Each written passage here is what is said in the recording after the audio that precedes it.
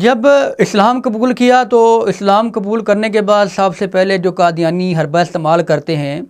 وہ حربہ یہ استعمال کرتے ہیں کہ سوشل بائیکاٹ کرواتے ہیں، خود بھی کرتے ہیں اور والدین سے بھی کرواتے ہیں، عزیز و اقارب کے اوپر فورس کرتے ہیں کہ اس نے مرزا کو چھوڑ دیا ہے، اس نے جماعت کے اوپر لعنت ڈال دی ہے، اب اس کے ساتھ کسی قسم کا لین دین معاملات نہیں ہے، اس کو گھر نہیں آنے دینا۔ یہ ساری چیزیں جو قادیانی ہیں یہ والدین کو فورس کرتے ہیں کہ اگر آپ نے ان کے ساتھ کوئی تعلق اور ریلیشن رکھا تو ہم آپ کو جماعت سے نکال دیں گے۔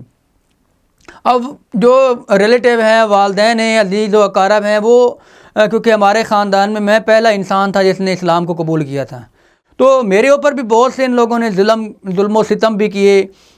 تشدد بھی کیا، جس کے نتیجے میں میری آنکھیں بھی ضائع ہوئیں،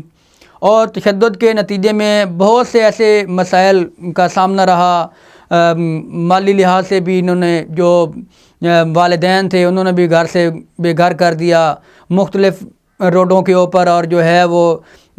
بے آسرا، جیسے ایک سوائے آسمان کی چھت اور زمین یہ ہمارے پاس تھی، اور کوئی ہمیں سہارا یا آسرا نہیں تھا سوائے اللہ کی ذات کے۔ تو جب آنکھیں ضائع ہوئیں تو یہ سارا معاملہ جو ہے یہ ساری ان کی تشدد کے نتیجے میں ان لوگوں کی جو اب تو کہتے ہیں کہ ہم بڑے محبت کرنے والے ہیں، لو فار آل ہیٹڈ فار نن کا دعویٰ کرنے والے ہیں، یہ سب ان کے منہ کی باتیں ہیں۔ حقیقت میں یہ جتنے ظالم اور ان کے دل سخت ہیں، یہ ایک وہی اسلام کا جو ابتدا تھا جب صحابہ کرام نے اسلام قبول کیا، حضرت بلال رضی اللہ تعالیٰ عنہ کو کافر یہ سمجھتے تھے کہ ہم کوئی جو ہے کسر باقی نہ رکھیں ان کو تکلیف پہنچانے کی۔ تو یہ میرے ساتھ بھی ایسا ہی ہوا ہے کہ مالی لحاظ سے بھی گھر سے بے گھر کیا گیا، اور جو